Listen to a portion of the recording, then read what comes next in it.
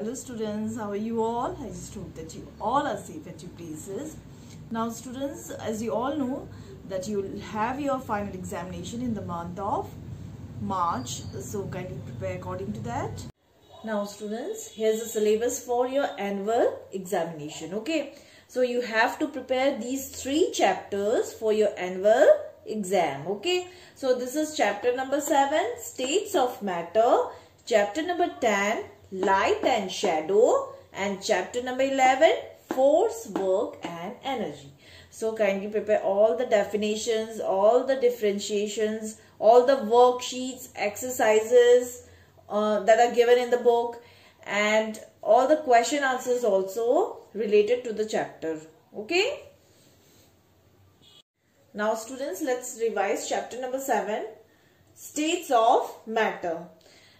Now we are going to revise all the topics and all the question answers related to the chapter, and you have to write all this revision work, all the question answers in your notebook. Okay, so let's start with question number 1. What is matter? So what is matter? Anything that occupies space and has mass is called matter. So anything that you see around is matter. So matter is something that occupies space, like this scale, like this blackboard, like this duster. So it occupies space and it has got mass. So it is matter. Now question number 2 is, what are the 3 states of matter? So matter, it exists in 3 states. What are they? Solid, liquid and gas. Solid like the scale, blackboard, wall, etc. Liquid like water, juice, oil, and gas like oxygen, nitrogen, carbon dioxide. These are all gases.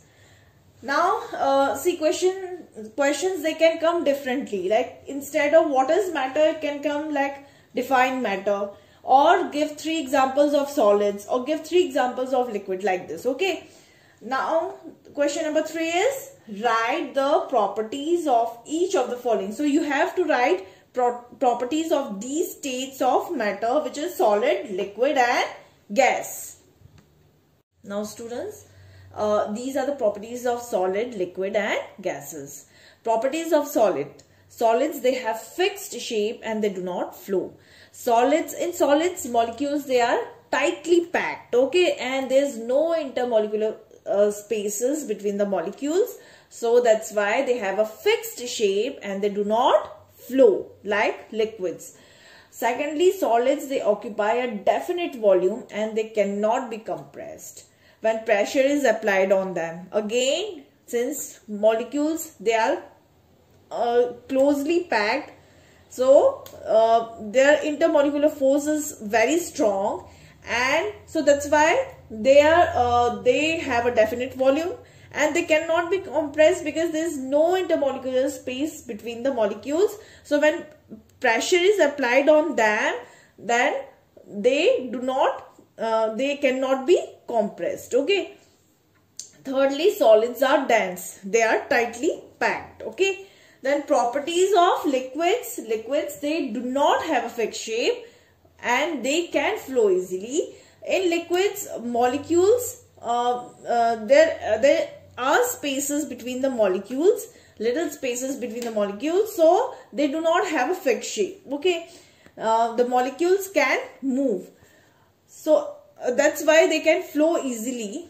And secondly, liquids, they have a definite volume and they can be compressed slightly because of the intermolecular spaces between the molecules. And thirdly, liquids are less dense, unlike solids, they are less dense. Then comes properties of gases. First, gases, they do not have any shape of their own, but they take the shape of the container they are put in, and they can flow easily. Why? Because the spaces between the molecules in gases, they are far apart from each other, so they can flow easily. Now secondly, gases, they do not have a definite volume and can be compressed easily.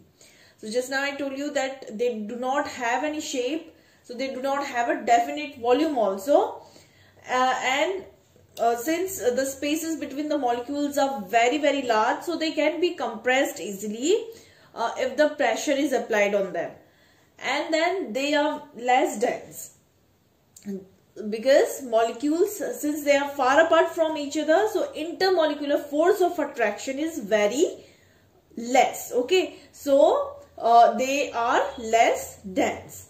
Then what is vapor? Vapor, you know, when we boil a water, then it turns into vapor, steam. So the vapor is a mixture of two phases, liquids and gas. Okay, liquids and gases. So vapor is a mixture of two phases, liquid and gas. It is not completely gas and it is not completely liquid, but it is a mixture of the two. Then what are elements? Elements, they are the substances that are made up of only one kind of atoms, like hydrogen gas, oxygen gas. They are made up of only one kind of atoms. Okay, so elements, they are the substances made up of only one kind of atoms.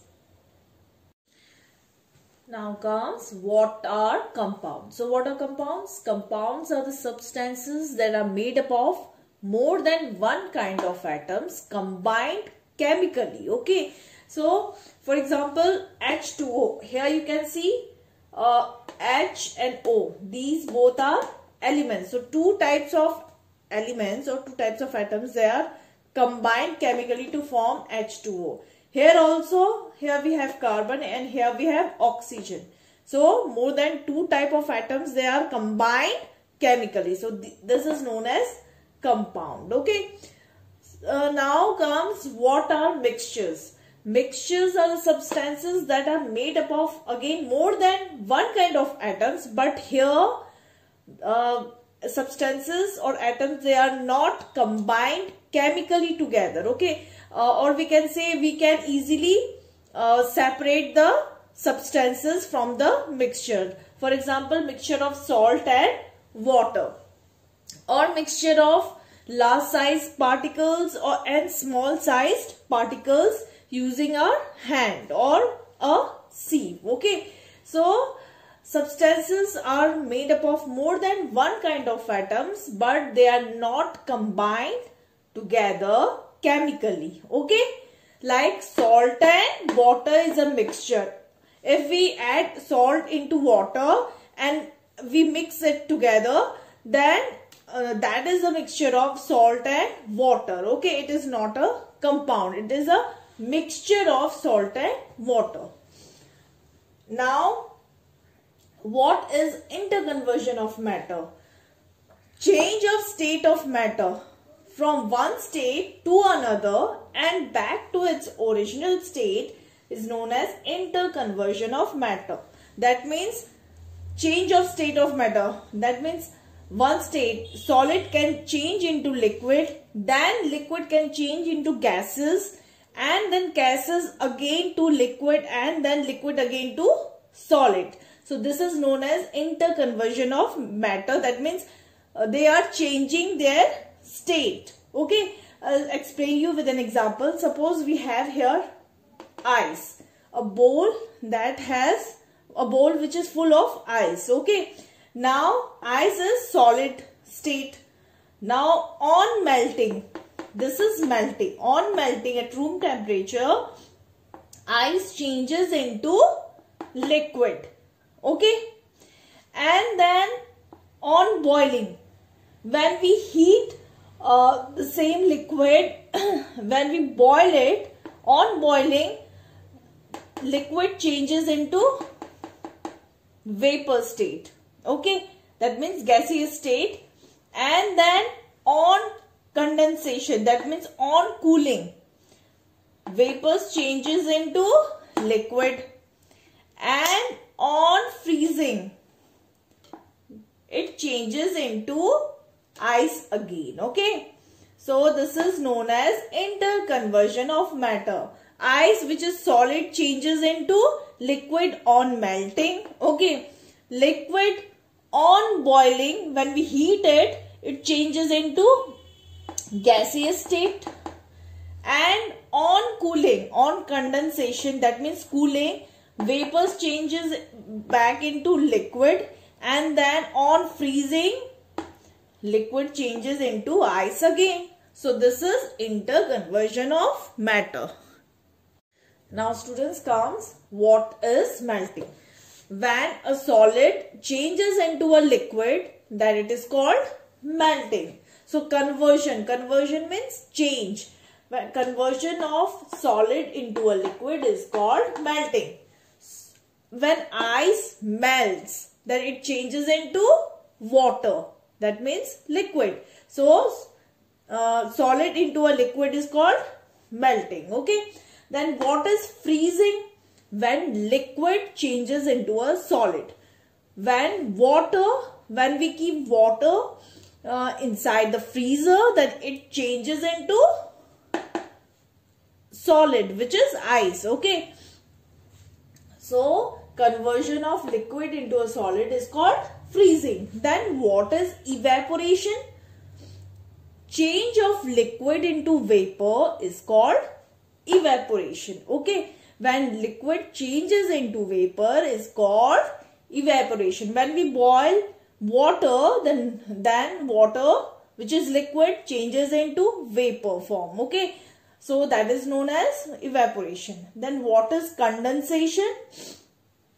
When gases changes into liquid, then it is called condensation or cooling. Okay. So boil water in a vessel and then cover it with a lid. Then switch off the gas. Okay. After half an hour, just open the pan. After cooling, just open the pan. Then you'll find water droplets inside the lid. Okay. So that means vapor has changed into liquid form. Okay. So this is known as condensation. Now what is sublimation? When solid directly changes into gaseous form without changing into liquid form. Okay. Mostly solid, it changes into liquid first and then it changes into vapor form. But when solid directly changes into gaseous form, then it is called sublimation. Okay. For example, incense sticks. Incense sticks, you know, agarbatti. Agarbatti is in solid form. And when we burn this agarbatti, then it directly changes into gaseous form. Okay. So this is known as sublimation. Kindly write all these questions and their answers in your notebook.